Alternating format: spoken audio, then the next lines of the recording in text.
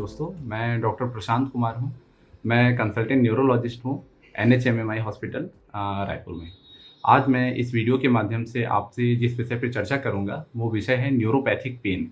मैं कुछ बिंदुओं पे फ़ोकस करूँगा। ये जो पॉइंट्स हैं, वो है न्यूरोपैथिक पेन क्या होता है, इसके क्या लक्षण होते हैं, इसके क्या कारण हैं, इसको डॉक्टर्स कैसे डायग्नोज़ करते हैं, डायग्नोसिस कैसे होता है इसका, और चौथा पॉइंट होगा इसके क्या इलाज है। तो सबसे पहले न्यूरोपैथिक पेन क्या होता है? न्यूरोपैथिक पेन मतलब किसी भी वजह से नर्व्स में डैमेज हो जाए और जो पेन होता है उसको हम न्यूरोपैथिक पेन बोलते हैं। नर्व्स में डैमेज की वजह से होने वाला पेन न्यूरोपैथिक पेन है। इसके क्या लक्षण होते हैं? इसके लक्षण जो है किस तरह का नस दबा हुआ है उसके आधार पे लक्षण होते हैं मरीजों को। सपोज़ अगर किसी मरीज के दोनों पैरों में न्यूरोपैथी है तो उसको पैरों में झुंझुनाहट, पैरों में नंबनेस, सुन्नपन की समस्या रहती है, जलन की समस्या रहती है। सपोज़ यदि किसी को हाथ में कलाई में एक बीमारी होती है कार्पल टनल सिंड्रोम, अगर उसमें कलाई में नस दब जाता है तो मरीज को हाथ में झुंझुनाहट होती है। सिमिलरली यदि चेहरे की नस दब जाता है, जिसको हम ट्राइजेमिनल न्यूराल्जिया बोलते हैं, तो उसमें चेहरे पे लेंसिनेटिंग करंट लाइक पेन होता है। तो ये लक्षण होते हैं कहाँ पर नस में परेशानी आ रही है, कहाँ पे नस में पैथोलॉजी है, कहाँ पे नस में दबाव आ रहा है, उस हिसाब से लक्षण मरीज को महसूस होता है। उसके बाद हम चर्चा करेंगे इसके क्या कारण होते हैं। इसके कई कारण होते हैं न्यूरोपैथिक पेन के। सपोज़ किसी को अगर चोट लग जाए, कमर में नस दब जाता है, तो भी दर्द हो सकता है जो कमर से रेडिएट होता हुआ पैर की तरफ जाता है, जिसे हम सामान्य भाषा में सciatica भी बोलते हैं, sciatica का पेन बोलते हैं। ये कई कारणों से हो सकता है, उस पे हम बाद में चर्चा करेंगे। अगर किसी व्यक्ति को डायबिटीज़ है, जो मैं कारण की बात कर रहा हूँ, डायबिटीज़ बहुत ही महत्वपूर्ण है। अगर शुगर अनकंट्रोल्ड है या फिर लॉन्ग स्टैंडिंग डायबिटीज़ है, तो शुगर के लेवल के बढ़े रहने की वजह से नसों में डैमेज होने लगता है। और ये जो डैमेज होता है ये पैरों में झुंझुनाहट, सुन्नपन और जलन की समस्या के साथ आता है, जो कि रात के समय ज़्यादा होता है। और इसमें कई बार होता है नमनेस की वजह से पैरों से चप्पल निकल जाता है, लोगों को पता नहीं चलता। डायबिटीज़ के होने की वजह से होने वाला न्यूरोपैथी बहुत ही कॉमन है। सबसे ज़्यादा डायबिटीज़ के मरीज़ हमारे यहाँ मतलब जो आते हैं न्यूरोपैथिक पेन डायबिटीज़ के मरीजों में हमें देखने के लिए मिलता है, सामान्यतः ओपीडी में।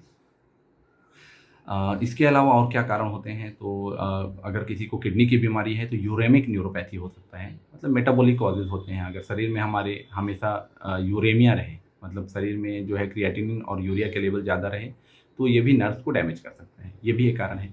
इसके अलावा अगर नस कहीं पर दबाव हो रहा है नस में, जैसे कि मैंने पहले ही बताया आपको कार्पल टनल सिंड्रोम एक बीमारी होता है जो बहुत ही कॉमन है महिलाओं में, थायराइड के मरीजों में और शुगर के मरीजों में। क्या होता है कलाई में हमारे जो है मीडियन नर्व होती है जो कि कलाई में प्रेस हो जाती है, तो इसकी वजह से भी दर्द हो सकता है, जिसे हम कार्पल टनल सिंड्रोम कहते हैं। इसी तरीके से एक दर्द होता है ट्राइजेमिनल न्यूराल्जिया, जिसमें कि जो हमारा क्रैनियल नर्व होता है, फिफ्थ क्रैनियल नर्व, उसमें किसी वजह से दबाव की वजह से, किसी वजह से वेस्कुलर लूप के कॉम्प्रेशन की वजह से झंझनाहट जैसा चेहरे पे दर्द होता है। इसके अलावा जो मुख्य कारण है उसमें बहुत ही जो महत्वपूर्ण है, एक तो मैं बताना चाहूँगा जैसे जो कुछ इन्फेक्शन होते हैं, जैसे हर्पीज़ जोस्टर एक बीमारी आपने सुना होगा, जिसमें कि पर्टिकुलर नर्व के डिस्ट्रीब्यूशन में स्किन में लीजन्स हो जाते हैं और उसके बाद लैंसिनेटिंग पेन प्रोड्यूस करता है। तो हर्पीज़ जोस्टर एक मुख्य कारण है, मतलब महत्वपूर्ण कारण है।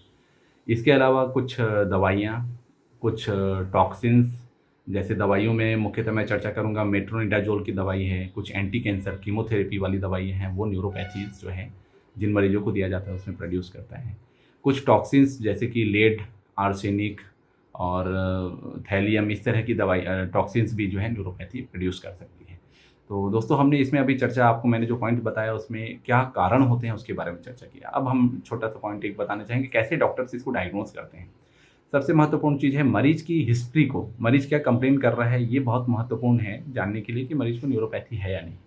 मरीज़ की हिस्ट्री को डॉक्टर सुनते हैं ध्यान से, उसके बाद कुछ टेस्ट होते हैं जिसमें सामान्य ब्लड के टेस्ट होते हैं और कुछ स्पेसिफिक नर्व से रिलेटेड टेस्ट होते हैं, जिसमें हम सबसे महत्वपूर्ण नर्व कंडक्शन स्टडी होता है जिसको हम करके पता करते हैं नर्व का कंडक्शन कैसा है और न्यूरोपैथी है या नहीं। इसके अलावा फिर अगर सपोज़ कहाँ पर नस में दबाव आया है उसके हिसाब से जाँच होता है, जिसमें एमआरआई भी इंक्लूड कर सकते हैं, जिसमें ब्रेन का एमआरआई भी हो सकता है, स्पाइन का एमआरआई भी हो सकता है। तो डिपेंडिंग ऑन कहाँ पे कॉम्प्रेशन हुआ है, डॉक्टर हिस्ट्री से क्या पकड़ रहे हैं उसके आधार पे टेस्ट डिसाइड होते हैं। तो मोटा-मोटा आप ये समझ सकते हैं कि कुछ इमेजिंग्स होते हैं, दूसरा नर्व कंडक्शन स्टडी होता है और कुछ रूटीन टेस्ट होते हैं, जिसके मार्फत डॉक्टर्स न्यूरोपैथी को डायग्नोज़ करते हैं। आखिरी बिंदु जो मैंने आपको कहा था वो था ट्रीटमेंट। क्या ट्रीटमेंट करते हैं न्यूरोपैथी के बारे में? सबसे इम्पोर्टेंट है, क्या कारण है उसका निवारण करें तो न्यूरोपैथी जल्दी कंट्रोल होगा। सपोज़ अगर डायबिटीज़ है किसी मरीज़ को, तो शुगर का बहुत अच्छा कंट्रोल करना डायबिटीज़ से होने वाली न्यूरोपैथी का मुख्य इलाज है। अगर शुगर आप बहुत अच्छा कंट्रोल करते हैं, तो एक तो न्यूरोपैथी होने को रोकेगा, और दूसरा अगर न्यूरोपैथी आपको हो चुकी है, तो कुछ सपोर्टिव दवाइयों के साथ में अगर शुगर अच्छा कंट्रोल होगा, तो ये आगे बढ़ेगा नहीं और कुछ हद तक ये रिकवर भी हो सकता है।